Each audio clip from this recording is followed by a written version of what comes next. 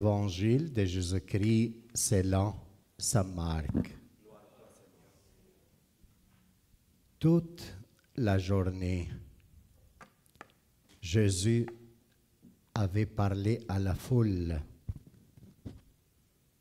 Le soir venu, Jésus dit à ses disciples, « Passons sur l'autre rive. » Quittant la foule, ils amenèrent Jésus comme il était dans la barque, et d'autres barques l'accompagnaient. Survint une violente tempête. Les vagues se jetaient sur la barque, si bien que déjà elle se remplissait. Lui dormait sur le coussin à l'arrière. Les disciples le réveillèrent et lui disent, « Maître, nous sommes perdus. Cela ne te fait rien? » Réveillé, il menaça le vent et dit à la mer, « Silence, tais-toi. » Le vent tomba et il se fit un grand calme. Jésus leur dit, « Pourquoi êtes-vous si craintifs? N'avez-vous pas encore la foi? » Saisis d'une grande crainte, ils se disent entre eux, « Qui est-il donc, celui-ci, pour que même le vent et la mer lui obéissent? » Acclamons la parole du Seigneur.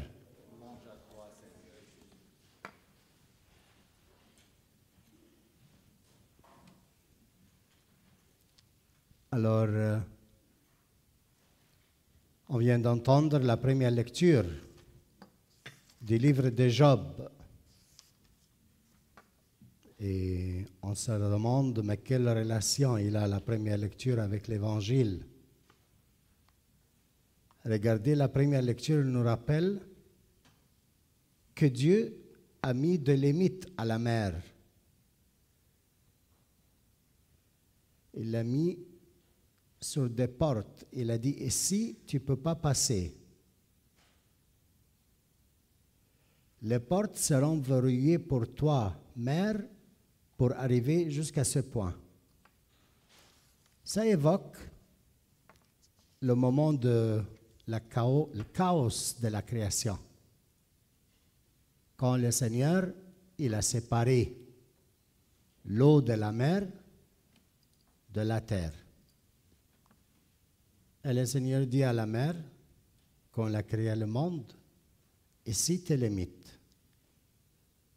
Tu ne peux pas aller au-delà. Ça évoque Dieu le Père qui sépare les eaux de la terre, les eaux de la mer de la terre. Et la mer dans la Bible, c'est le pouvoir du mauvais, la force du mal.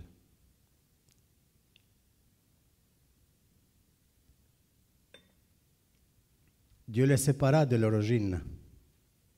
Mais si Jésus devant une situation, il dort. Semble-t-il qu'il était fatigué. Et Marc est là de quelques petites notions qui sont très intéressantes. Dormir sur le coussin. Et il indique la place. Il y a comment il s'appelle pour conduire la barque? Le volant.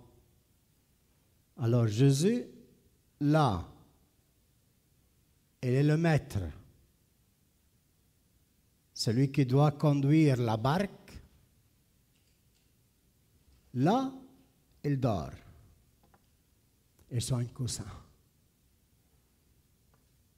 Et après, il se réveille. Quand ils l'ont réveillé, ils lui disent, tu ne t'intéresses pas de nous, mais qu'est-ce qui se passe? Tu ne vois pas que nous sommes en train de mourir? Après, il leur dit, gens de peu foi, pourquoi vous n'avez pas la foi? Qu'est-ce que ça veut dire tout ça? Marc, il veut nous mettre dans une ambiance. Il écrit l'Évangile dans les années 70.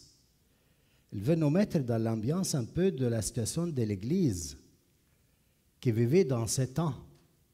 La communauté chrétienne vivait un état de menace fort de pouvoir politique, de dogmes et de religions qui existaient à l'époque, qu'il voulait vraiment enlever Christ, Dieu de la société. Et alors Marc, avec cette parole, dans le 4e chapitre, il nous décrit un peu la situation. Il y a des vagues, il y a de... Et les disciples pensent que Jésus, il est avec eux, mais il dort. Il veut nous dire que quelquefois dans ta vie, quand il y a les vagues, quand ton mariage ne s'en va pas, quand le poids de la présence de mari ou de la femme devient lourd, quand les problèmes avec tes enfants sont un peu lourds, quand la vieillesse, elle t'apporte beaucoup de besoins d'être servi, et tu trouves que tes enfants, ils manquent avec toi le service, tu peux rester 2-3 jours avec un besoin, ne pas rassasier, parce que personne ne te cherche. Quand ta fille ou ton fils, avec leurs problèmes, elles te rendent la vie un peu difficile. C'est des vagues et le pouvoir de mal agir sur les enfants dans le mariage, avec la vieillesse, avec l'échec des examens, la fin de l'année. Jésus dort. Qu'est-ce que ça veut dire que Jésus dort? En toi, au-dedans de toi, Jésus dort. Qu'est-ce qu'il faut faire? Réveille-le. Qu'est-ce que c'est le criage des disciples? Prier vers lui. Et Marc est en train de dire à l'Église, à la communauté chrétienne, parce qu'il ne parle pas d'une single personne, il parle d'un bateau où il y a tous les disciples et Jésus. C'est l'image de l'Église. C'est l'image de la communauté chrétienne. Semble-t-il que l'Église elle est perdue maintenant. De l'intérieur, il y a des menaces. Un monsieur, un prêtre des États-Unis, il était un grand personnage dans la congrégation de la foi. Il accuse le pape de schisme. Schisme, c'est-à-dire, اسمها ايه بالعربي؟ هرطقة. De l'intérieur, il y a des vagues, et de l'extérieur, la société ne laisse pas. Des vagues partout. Même ta maison, elle est comme un bateau, menacée avec des vagues. Tes enfants, qu'est-ce qu'ils apprennent à l'école? Qu'est-ce qu'ils apprennent avec les autres? Amis, païennes à l'école. Le bateau un peu menacé. Et alors, c'est bien que tu te réveilles la nuit. C'était le soir, avec ta femme. Et tu pries pour la maison. Tu pries pour l'église. Tu pries pour la réalité. Ne t'intéresse pas de la réalité. Réveille-toi. Et comme Dieu le Père a montré son pouvoir de séparer la mer de la terre dans le moment de la création, la même chose Jésus aujourd'hui. Il a le même pouvoir de papa pour dire à la mer et aux vagues, tais-toi. Ikhras. Calme. Est-ce que Jésus a le pouvoir à ton fils de faire ça? Tu pries à Jésus de faire ça? Est-ce que le Seigneur a le pouvoir sur ta vie pour dire à la passion charnelle qui a envahi ta vie, ton existence, de dire tais-toi, éloigne-toi? Comment tu peux avoir ce pouvoir? Sinon à travers la prière. Jésus dort, semble-t-il, mais tu peux le réveiller avec tes prières. Et après, Jésus leur dit, pourquoi êtes-vous si craintifs? N'avez-vous pas encore la foi? Il y a une façon d'interpréter l'épreuve et les tentations et les vagues de la mer, les problèmes de tes enfants. Il y a une façon de voir qu'est-ce que Dieu est en train de faire. Penses-tu que tout contre toi et tout est perdu? Rien perdu. Tout concourt au bien. Tout va conduire au bien. Et Jésus se réveille, il dit, pourquoi vous n'avez pas la foi? Quand il y a un peu de vague, vous êtes comme ça craintive. Et vous êtes saisis d'une grande crainte. Et Jésus dit, tais-toi, silence. Et les choses se calment. Et le monde d'après, avoir vu l'intervention de Jésus avec les vagues, le trouble, les problèmes, l'épreuve, qui est donc celui-ci pour que même les vents et la mer lui obéissent? Penses-tu que les démons n'obéissent pas à Dieu? Tout de suite après, dans le chapitre qui vient, quand vous allez à la maison, vous allez lire, il y a une personne démoniaque. Beaucoup de démons sont à l'intérieur de lui.